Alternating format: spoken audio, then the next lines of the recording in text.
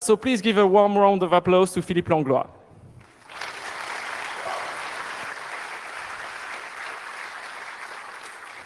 Hi guys, thank you very much for this warm welcome. So since we're talking about something warm, we are going to talk about HLR, basically the database of subscriber of phone network. Whatever you're using as a phone network right now, you have to go through that to actually receive SMS and make calls. And since it's warm, it may be hot. And these days it's hot because the king of the HLR has a good tendency to be crashing these days.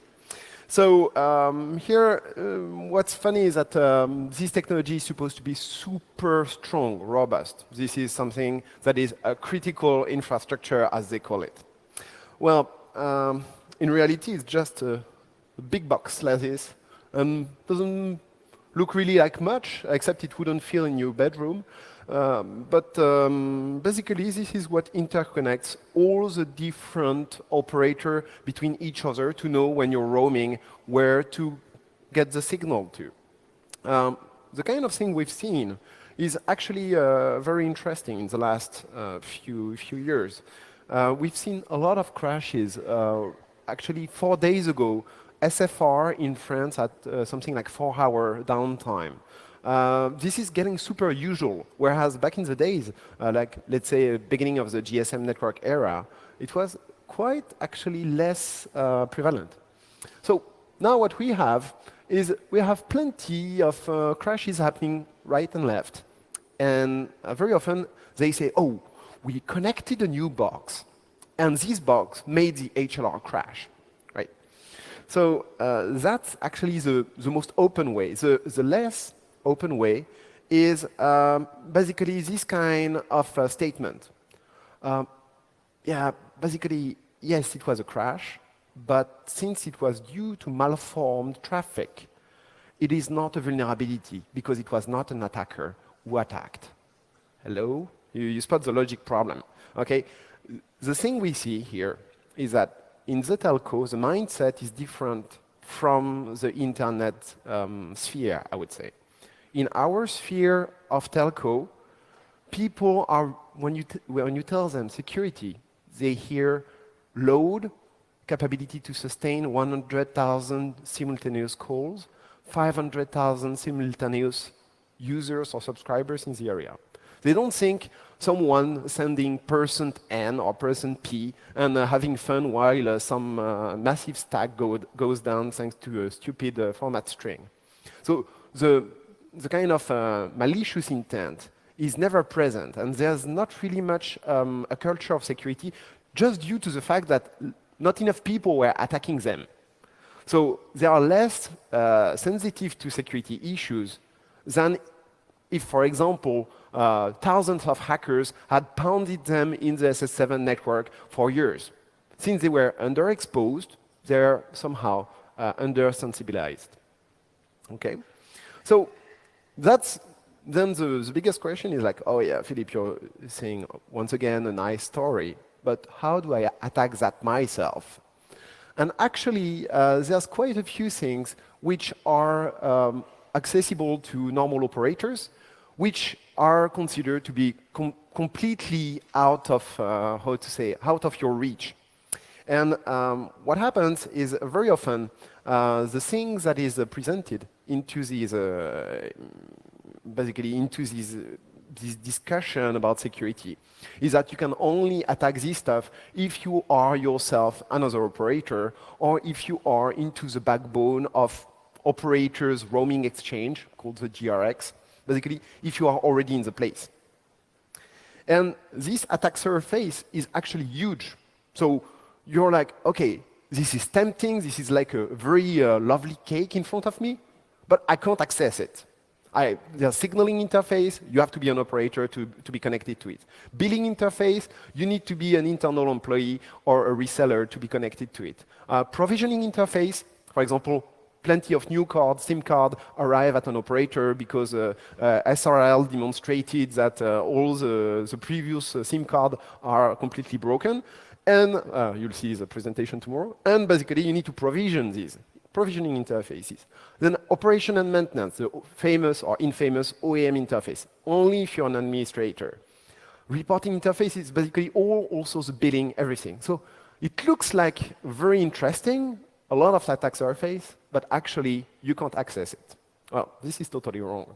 Because contrary to what operators believe, that they do internal controls, so their HLR is secure, the security of these machines is up to the level of protection of the least secured operator in the world. Time to intrusion to a not very well secured operator is about 1 day to 2 days. The average intrusion, time to intrusion for a normal telecom operator is 2 weeks. So this is easy. And as soon as you broke into one network operator, think, I don't know, less developed countries which don't have so much means for their security, well, you have access to these internal signaling networks. And that's when the fun starts to hit. Is that each of them are interconnected. Here I show an interconnection with diameter. There's 2 kinds of interconnection. The new ones is diameter. It's called as an IPX network. And it's a global, fully meshed kind of roaming network between all the operators that do roaming. So right now on diameter, it's mostly the LTE networks and what we call the IMS networks, basically new kind of technologies. And the old technology is SS7. I spoke about that sometime before, so let's not get into detail. And these IPX provider, as soon as you're into one, the kind of access that you have to the operators is typically full without any kind of filtering. And for example, very simple stuff that happened to us is we were on the IPX network at some point, and we were like looking into it, or it was basically the exposure of the operator to all the other operator. And on this, there was a Solaris machine with login root and password root. Okay, that was 2012. So in terms of idea of security, they say, oh, everything is good, it's a walled garden. But in reality, there's not only a huge attack surface in terms of systems, but also there's a huge complexity. This complexity is somehow going down thanks to the adoption of new protocols. So I was talking about this diameter protocol. Now it's fairly standardized over IP. You have basically SCTP or TCP, and you put it on top of these very well-known transport systems. And you are going to have your diameter application, and diameter is just a tube, an encoding. If you remember, basically radius, it's just a radius on steroids. But the problem, as soon as you have this new technology, it's a bit like the XKCD comic about standards. There's too many standards, let's do one that unifies them all, because there's 33 standards so far, so we need to make these Cs. And then you create a new standard, and there are 34 standards. Okay, and that's the problem in telco, is that you have also all the legacy application which still enable the communication with the HLR, because on these systems, you will be able to phase out this interface only when the last operator who still use them will have phased it out on the planet. So that means basically never. And what you have is this kind of legacy sandwich. So what you have on top is this crispy LTE kind of new technology, very yummy, very IP ready, blah, blah, blah. But on the bottom, it's like slushy, full of water, dead sandwich from the 1970s. And this kind of technology is as secure, and they say it's very secure. It's on SS7, so it's secure, for example, on the left side. Well, the sequence ID to prevent spoofing are not only positive increment, they are positive sequential increment. And we are in 2013. Anybody who studied TCP IP stack, you show a stack that does like this on sequence number of TCP, and it goes rolling on the floor laughing. Well, this is still what protects each of your cell phone communication in your pocket right now. And this technology is still going to stay in this HLR for a long time. Also, on top of it, you have now many things that are stacking up also from the bottom. Because all these things, when it started to be ported toward IP, then people said, oh, I need management. So I need also, I need MPLS backbone, and I need carrier Ethernet in order to be able to transport this easily over my nationwide network. So the number of stacks that went under these existing technology is really growing. And as soon as you have the single glitch into this supporting network, basically all the rest of the top application goes down too. So it's quite a bridging of technologies with many different kinds of technologies, IP, legacy SS7, etc. But it's also a lot of different technologies in terms of what builds these HLR. The thing is, what builds this HLR, when you speak about one system, it's rarely only one system. It's one logical system, which is a cluster of, say, 20 nodes, and each of these nodes has some custom hardware, then some new evolution, what the telecom called ATCA, basically running everything on top of x86 and Linux. Well, everything also accumulates in terms of technology. So you'll have some super old VxWorks running on top of FPGA, which are running on dedicated boards. And at the same time, next to it, you'll have a fully redundant 2 Linux system, which are just OpenSUSE, who are running big Java and Corba fat application developed in C++. And so if you look at all this stuff, basically, it's massive. It's easily a few gigs of binaries. I'm just talking about the binaries that you execute in order to make such kind of system. So on top of it, you have sometimes some completely crazy applications, such as, for example, the Ericsson Plex application. So basically, they develop their own language, their own environment, their own ASIC, their own processors, the infamous APZ. And they, at the same time, push new technology layer on top of it. So what is sexy is really when we talk about hacking, wow, okay, this guy is going to show IDA and now go into some basic block and do some, whoa, magic. Well, forget about it. It's so massive that the 2 tools you're going to use to first start reverse engineering and finding vulnerabilities into this is going to be strings and your spacebar. Because you're going to go, oh, okay, oh, I start to get it. Oh, interesting. IDA for this? Okay, try to run IDA already on one of these fat binaries, which is already easily 200 megabytes. No, this is not going to work. You're not going to even do something successful in limited time that you have. Okay, so the other stuff is, you say, okay, if the static part is quite hard, let's go through the dynamic part. Well, interesting is that it's a lot of workflow into the HLR. You pick up your phone, you register on the base station forward your message to the MSC communicate with the HLR in order to locate you in this cell. Well, each time this kind of message arrives into the HLR, then what happens is that you're going to have, for example, communication stacks such as Diameter or SS7, who decodes everything, who forwards that to a big C++ application, which then propagates that to a database and a broker on the Corba bus so that callbacks can be called. So what you have is that one single message is going to trigger a lot of events into these machines. And not only one machine, but one machine between 20 of the cluster. So the tracing of this part is extremely difficult, and the only thing that you can say is, I'm going to focus on this, and I want to find a limited vulnerability, for example, on the Diameter stack. Because if you try to follow the whole chain, basically, this is not going to work.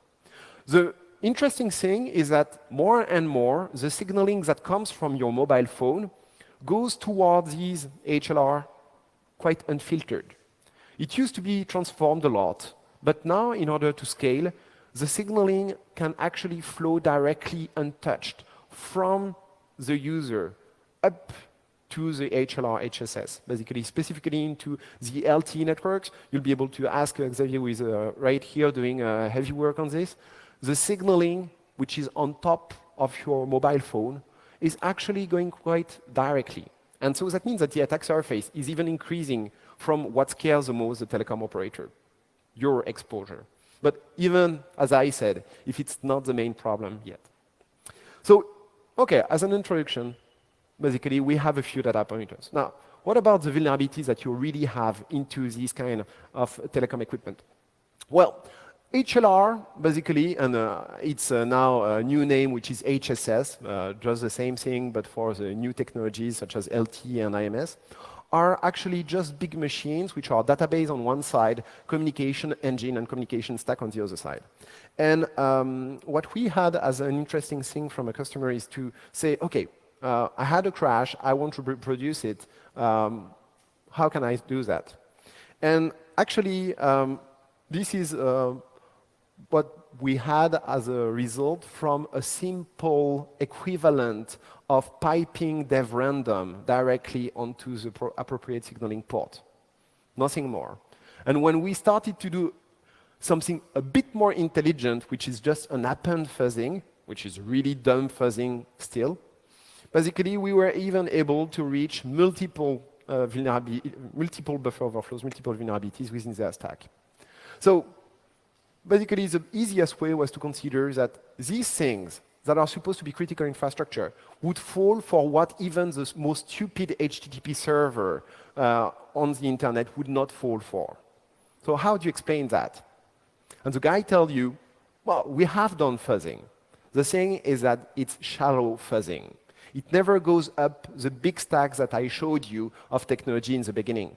It only fuzz, let's say, SCTP or TCP, the transport part, sometimes even only the encapsulation part, diameter or M3UA. But really, to fuzz what is interesting is to fuzz the higher application. When you attack a web server, you're going to try to attack the CGIs and web app. You're not going to try to attack Tomcat or Apache or Nginx. That's the same. The guy focused on security saying, okay, I take a security product, I apply it on telecom, I did telecom security. No, wrong. You just stayed too shallow. You didn't fuzz the upper layers. So interestingly, when you start applying what is called in internet zone dumb fuzzing, for example, Laurent Gaffier kind of style of 10 line of Python, well, this is advanced fuzzing for telco, because even if you do this kind of super simple kind of fuzzing, replace one random value at one random location and flip one bit or flip the byte, well, this will enable you to still pass through some of the decoding that is done. So the decoding stack is going to let that pass one time out of two statistically. And even this has not been done. So basically, here you'd say this is not possible. That cannot happen. Why can this happen? Well, what is very interesting is that the operators are much more trustful of their technology providers, such as Ericsson, Huawei, even Huawei, they trust it very much, Alcatel-Lucent, everyone like this, these big vendors, because the operators made their money based on these technology provider who came to them and said, oh, I have a new technology, it's called 3G. You're going to make fortunes out of it. And basically, the trust relationship is really here. So you can't kill that easily. And the thing is, when you show up and say, oh, but basically there's something like 18 0 days into your HLR, they're like, oh, cannot happen. I know these guys, they are serious. They would not make that to us. They would not do this to us, okay? And only when there start to be some doubts, for example, the doubts about backdoors in Huawei, then they start to say, okay, so maybe there's something really wrong. And for example, something really wrong, which is okay, a nice way to put it, is on a 2,500 basic block for functionalities into one Huawei product. 250 of it were backdoors. Oh, okay, calm down. What is a backdoor? It's pre-authentication, remote code execution, or command execution, or password information leak. Does that qualify as a backdoor for you? Okay, so here we see there's a trust problem toward the security or toward the insecurity of these machines. And they always want to keep it private, be it the operator or actually the vendors. Because if it's kept private, then they won't have so much problem than if the real news is out. And real news is rarely out. For example, one of the time where the real news about telecom insecurity was quite obvious to everyone was the Athens affair, when basically I think Vodafone was fined, Vodafone and Ericsson were fined a few hundred million, I believe, something like each a bit like 80 million euro. And in this time, when this kind of disclosure happen, well, they get hurt. So they will try to keep that at all cost underwater, not present it. And very often they say, well, you say you found a minor bug and the bug has been fixed. Well, the thing is, it was even our dumb fuzzers that found these few crashes. And when they say fixed, is that it was fixed for only these things Microsoft patching approach of the before 2004. Okay, that was like really focused on something super small. And let's go on. This guy is not going to have a look again on these machines. Very interestingly, some of these bugs were Heisenberg bugs. That means that you want, as an operator, to have a lot of forensic capabilities, and they turned on the core dumping of all actually their HLR front end. But the problem is each of these HLR front end is something like a huge machine, like huge Solaris machines, and each time it crashed, it dumped the whole memory, which was easily a few hundred gigs. And basically, the box was actually totally blocked while core dumping. So the guy said, oh, you can't crash that because this is anyway a big cluster of a lot of different HLR. And you say, yeah, but one packet crash one machine for 2 minutes, the time for it to dump the core dump. So what happened is that you just have to send 20 packets every 2 minutes. How hard is that? Okay. So when you cross the technical barrier and start discussing really things, you're actually lucky. Because before that, you went through that amount of total stupidity communicating with the researcher. Do you have a license for our product? No, it's basically our customer who does. Yes, but you've not been trained on our product, so how can you find vulnerabilities? And I don't understand. Are you from the government or regulator? Because who authorized to touch our machines? It's your customer machines, not your machines. This kind of really third dimension Spock, I'm on a new planet. And really even like questions about security which make you a bit scared, like what is fuzzing?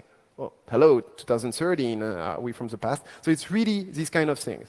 Now, actually, it's still lucky when they are not just plain lying to you.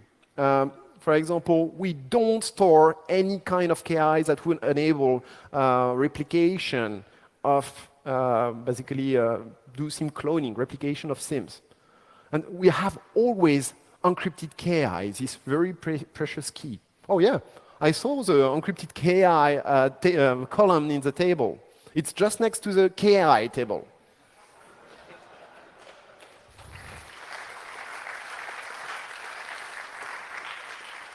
So, but we're still safe. We are still safe because this stuff has no way to be on the internet. Oh shit, Shodan. NetBIOS response, HLR from ZTE. Huawei is only scared about one guy. It's ZTE because they are also Chinese and they are competing against each other. So ZTE is really the dirt cheap kind of equipment, which work nicely, actually. And basically, you find some Windows machine that is controlling the HLR, basically, of some operator. Okay. And this is Shodan. So we're like, ooh, okay, that starts to be interesting, but actually it's a controlling machine. It's maybe not directly the machine itself. Well, wrong. Here what we find is Tekelec STP. So actually the Tekelec STP is the heart of any kind of telecom backbone, what we call SS7. That's the SS7 router, that is signaling transfer point. If you don't have an STP, you don't have a network. So this is present everywhere. And here we see directly the core router of a single operator being exposed on the internet. Like ping minus F is very often sufficient to take CPU of the administration module to 100%, making this unmanageable. Of course, it's redundant, so there's always a few cards that still processes the traffic. But even with a ping minus f, you can start to DOS this machine partially. And it's on the internet. Worse than this, there's a Shodan bias.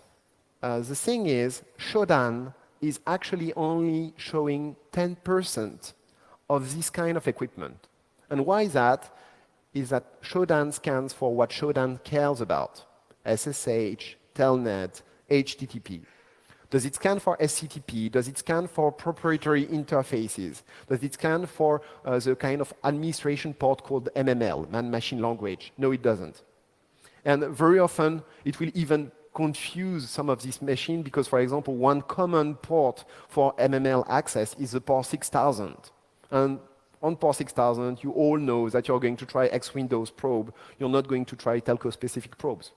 Okay?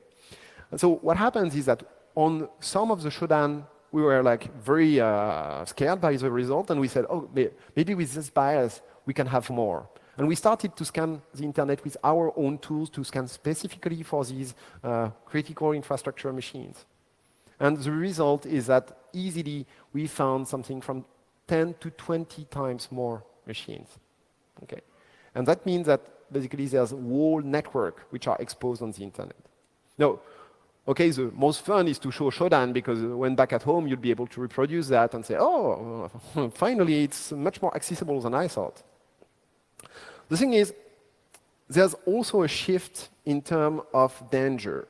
The thing is, we went into a world in 2011 where actually some people were actively exploiting that to make money. So actually, back in the 90s, you could say, okay, hackers are bad, they are really visiting systems in a bad way, and then people started to exploit that for sending spam and extracting financial information, and you're like, okay, that was not so bad actually at that time.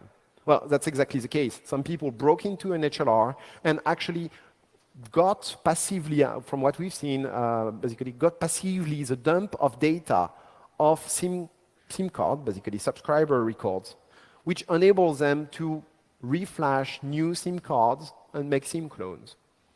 And this was resold exactly in the same way as credit cards. Hey, they are cheap, $5 my SIM card, etc., etc. So on underground forums. So that triggers a very important message in terms of threat intelligence, is that it's not only some random hacker plus intelligence agencies of the world who are routing telecom operators.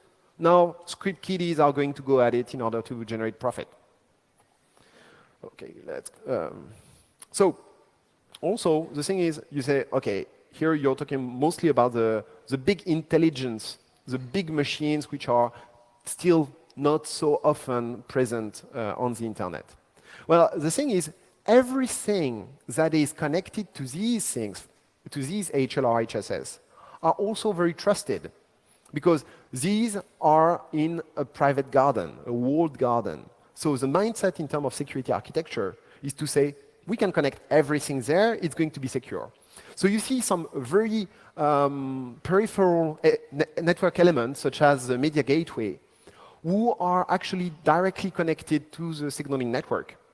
And from there, you can spoof any kind of message using some very nice pre-authentication, remote signaling kind of commands. And this is, okay, once again, what we call a backdoor, because it enables you to send any kind of arbitrary signaling onto the SS7 network from an unauthenticated connection to a very peripheral system. So even if the guy now starts to, some telco are enlightened, some telco were burnt and react, and so this little group, which is basically from 10 to 20% of the telco, they start to pay attention. But even if they start to pay attention to a critical system, all these things is so fully meshed that attacking the less important systems gives you the same kind of access. You're going to be able to spoof signaling, you're going to be able to send basically command in a pre-authenticated way, and basically not many people are caring. And the actors themselves are trying to hide it from the next people. The vendors try to hide it for the operator so that the operator doesn't see that this telecom infrastructure is so broken.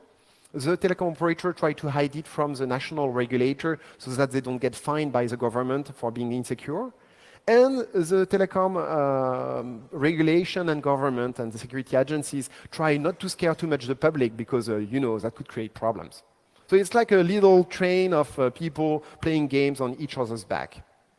And this, basically, still goes on. We reported that in 2007, still not fixed. Oh, and by the way, very interesting thing about reporting. When you report, never report for free. So people say, oh, but Mr. Langlois, you must adhere to responsible disclosure. And say, oh, no, I don't do that. I adhere to professional disclosure. If you're my customer, you're going to be actually caring and fixing for this vulnerability much quicker than if I give it for free. I have stats for this. And so as soon as we started to say, oh, we don't deal if we don't have a contract, then the people who were actually, since they were paying for getting the vulnerability, well, they were actually fixing the problem much more quickly. Crazy, but that's what works. So just to give an idea about the kind of things that you see into these kind of equipment.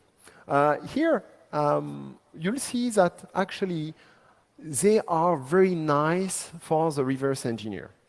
They give you everything, including the debug image. They don't really strip stuff. They like big statically compiled programs, not remove the symbols, whatever. Even debug mode is very often accessible.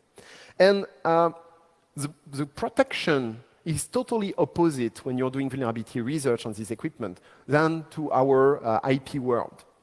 The protection is the sheer size of this network element. You're going to be so lost for so many months that actually you're not going to come up with a way on how I'm going to exploit that.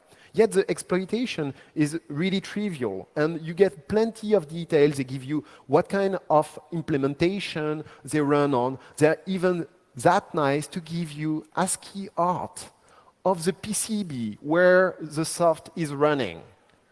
Okay?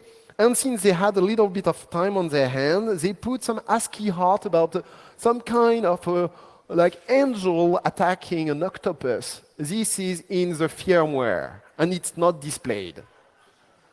Wonderful.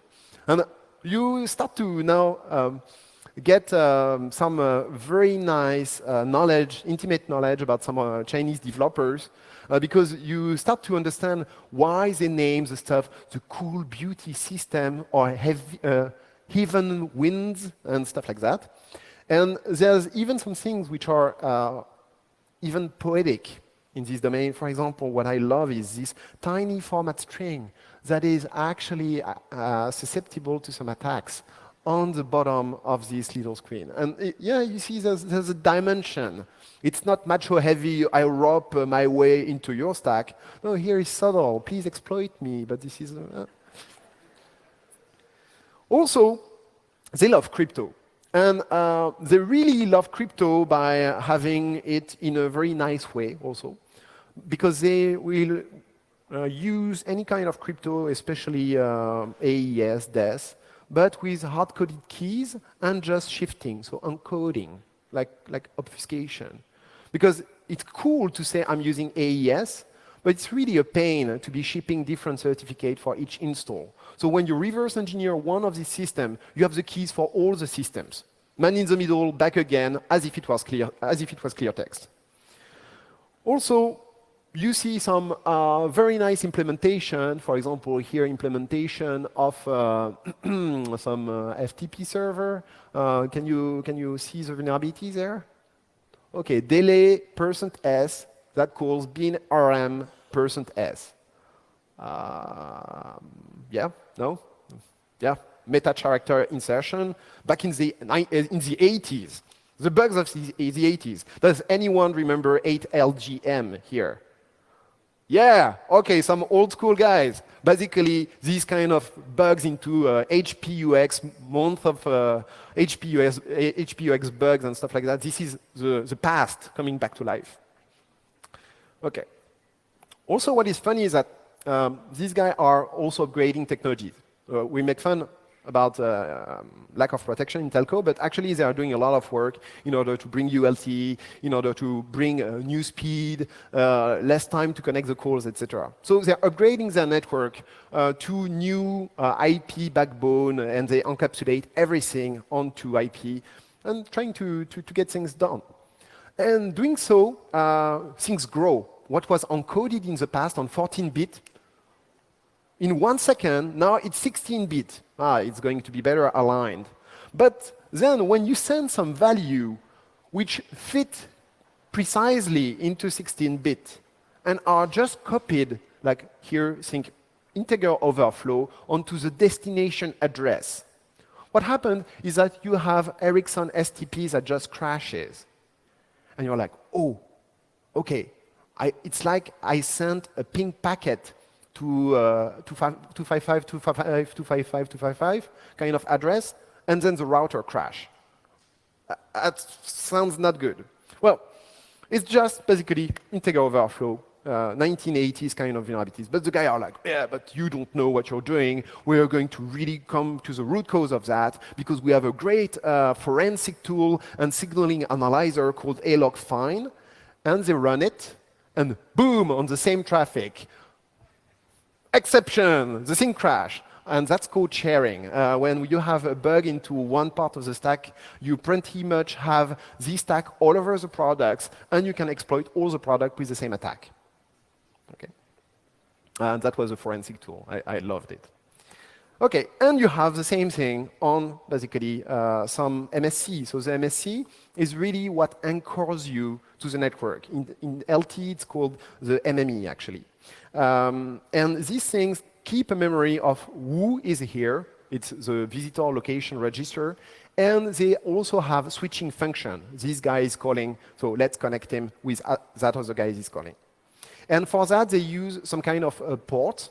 Just as you have TCP ports, well, in SS7, you have subsystem numbers. Well, in that case, just sending an empty packet, or nearly empty packet, just well-formed but empty packet, to one subsystem number that was not present on the machine before but had been activated. Okay, basically it's a bit like I started a system after the system start. Well, by doing that, remote crash of the system. The system is scheduled to reboot in 15 minutes. And when you have one of these systems which reboots, that means that a town the size of, let's say, Rotterdam loses connectivity for 15 minutes. Okay? So that's kind of sizable. Well, the thing is, this stuff is once again a bit protected by its complexity. When you go reverse this specific processor, it's nightmare. Like a brain fuck compared to that is just a nice programming language. So now the thing is, HLR has evolved a lot. HLR is now called in 4G LTE domain the HSS. Basically, they started to port everything on IP and starting to think about evolving to the next generation. So LT is really a break in terms of technology. It's removing all the SS7 kind of legacy. You still need to interconnect, and we'll see why.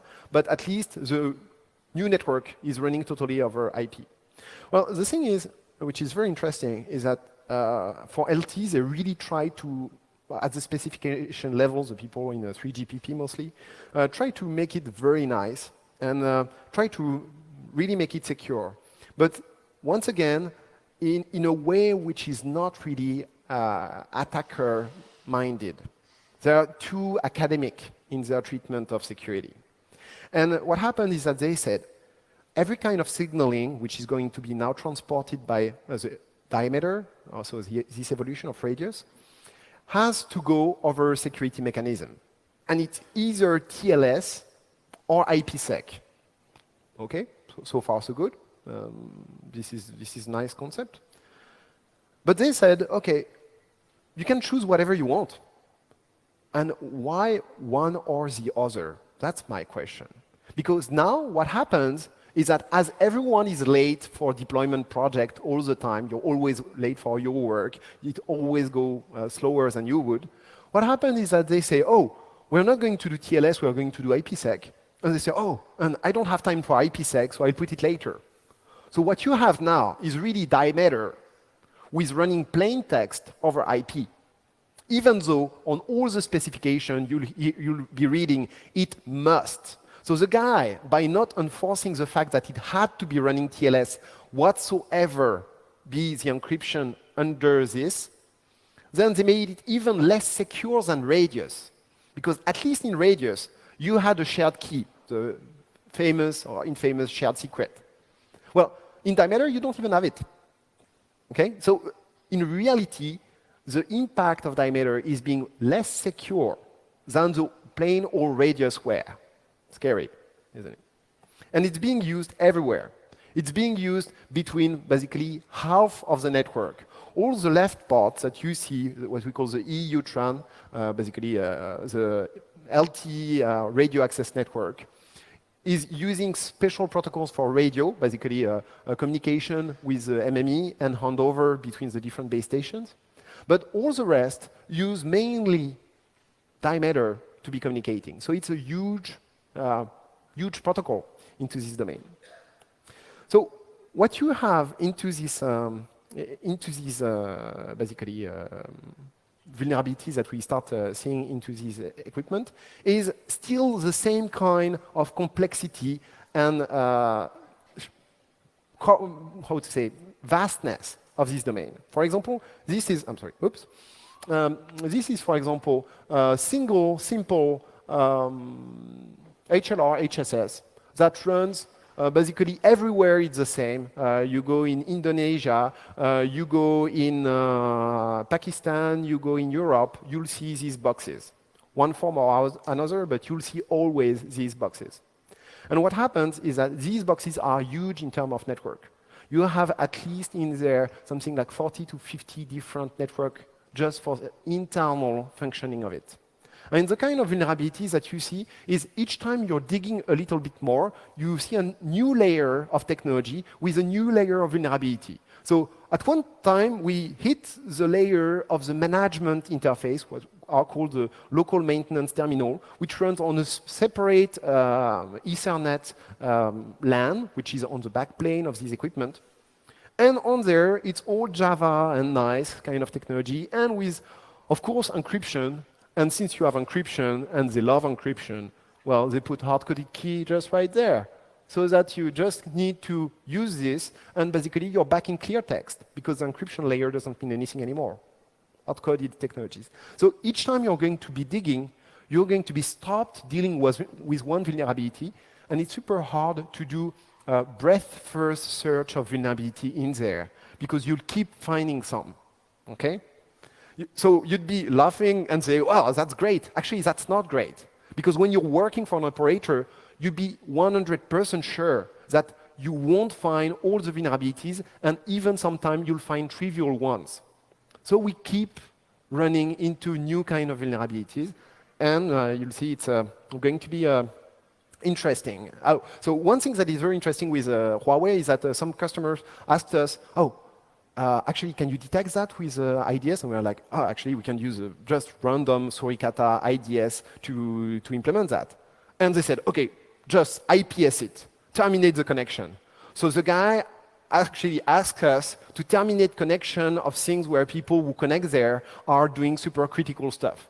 And what we found out is that sometimes some of the management software is actually using these undocumented features to do management. So you have to be super careful here into, first, these backdoors sometimes are even used legitimately, but they are backdoors.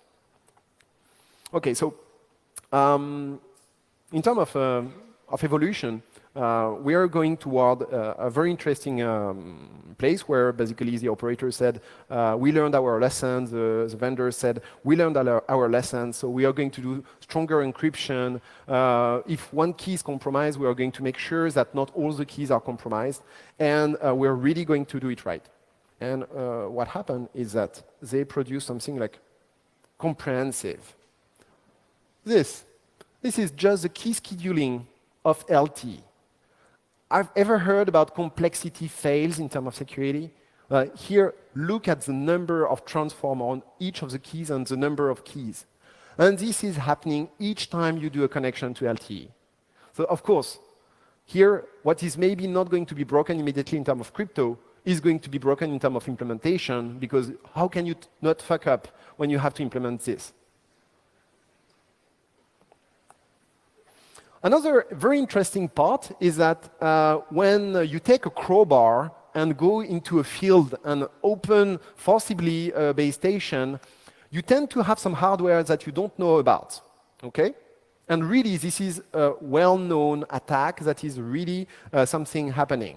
And very often, the way that the perpetrators go away from this is by calling the operators themselves and saying, oh, I am the farmer in the field number 3. I bump into your equipment, and I think it's a bit damaged, but it's functioning okay. And just it's the guy who came in and just opened the BTS and is going to do bad stuff. But the thing is, in 3G, what happened is that this was actually some things that were running with ATM interface. Here, who has ATM interface on his laptop in this room? Yeah, nobody. You're all normal, good people. Who has Ethernet interface on their laptop? Everyone, okay? And the thing now, everything is carried over Ethernet. So what is going to be just amazing is now the kind of technology that you have to hack is something that everyone knows. So in terms of attack surface, maybe it didn't change. In terms of threat surface, it just exploded. And all eNode Bs need to actually talk to each other eNode B. So what happens is that you have a big L2 nationwide network, low latency, all optical, which is basically unfiltered at the radio level. I give my prediction that within 2 years, we'll see some busting story by cops who break into some house of some gamers because the gamers found that they had really low latency onto this network, which was quite accessible. It's easy, it's unfiltered. And since it's unfiltered and it's easy, it's probably going to be used. Also, the thing is, it's quite well secured in saying that, for example, you have, oh, you can't see that, yeah. You have security between the core of the network and the radio access network. So even if the radio access network gets full of bad stuff, well, you have these security gateways which protect the MME and the HLR behind, or the HSS. What happens is that still, these equipment need to be talking to the management. Here it's an Ericsson scheme, like a document which presents how they are interconnected. And the Ericsson management system, OSSRC, is never in the spec, because this is something like specific to them. And since it's not in the spec, it has not been thought in terms of securing this. So it's accessible by everyone, and if you manage to compromise this, then you can jump into the core network. Okay. So what we have interesting is that Ericsson and all the vendors love to have blueprints that they stamp everywhere. So if you find one vulnerability in Ericsson deployment methods or Huawei deployment methods, it's going to be present in each of the operator where they deploy this technology mix. Okay? So this is also something a bit scary. In terms of technology mix, they love to integrate different kind of hardware into these basically boxes. You don't replace the radio card, you just replace the LT access card, etc., etc. And you replace one Ethernet switch by one optical switch, etc., etc. What is very interesting is that, of course, in terms of technology accumulation, you end up having a lot of different systems which have their own vulnerabilities. Here, for example, Siena Networks running Linux 2.0. Okay? The kernel of this box, which is the core network at the optical level. It's really extremely cool networking equipment. Linux 2.0 kernel. Come on, guys. Okay. In terms of operating systems, basically you have things that are quite proprietary, but everything is going toward uniformization to Linux. So it becomes also very attackable because they like these kind of proven technologies. They like to use stuff that works. And stuff that works, for example, is a DNS. So another perspective to it is that they put everything into DNS in order to store such things such as the APN, that was usual, but now also all the different roles in terms of technologies. So your MME list is going to be totally listed into the DNS. And what that means is that here, with just DNS access, you have an instant mapping of the whole network. Another proven technology is GTP. I spoke about this a bit in another presentation. What is really interesting is that it's exploding. GTP vulnerability and GTP coverage is exploding because this is really the roaming about data. So what happens in there is that we are going to have even much more vulnerabilities into these networks because they are just bloating the GTP protocol with new support for new features. And GTP is UDP. GTP is something that enables to do remote shutdown with one spoofed UDP packet. So what could possibly go wrong there? And the GRX, the old network for roaming, is being replaced and merged with IPX, which integrates not only GTP, DNS technology, but the diameter technology too. So all this is going to be in a big network, which used to be insecure and used to be accessible without filtering from any operator once you were in the operator kind of club. So this makes kind of deadly combos. Deadly combos is basically diameter unencrypted plus lack of proper segmentation, or actually it's not really possible to do proper segmentation of the L2 network. Plus, for example, Ethernet technology. Once again, the ones that I spoke about, IPsec and diameter, IPsec out of the story, then you have clear text protocols. So what happens is that you end up having a risk that goes really high because the vulnerability kind of stays the same. It's a lot of them, huge, but the attack surface is much closer to you, and the threat, that is most of the time you guys, is actually really increasing because it's much more easy to get into these technologies.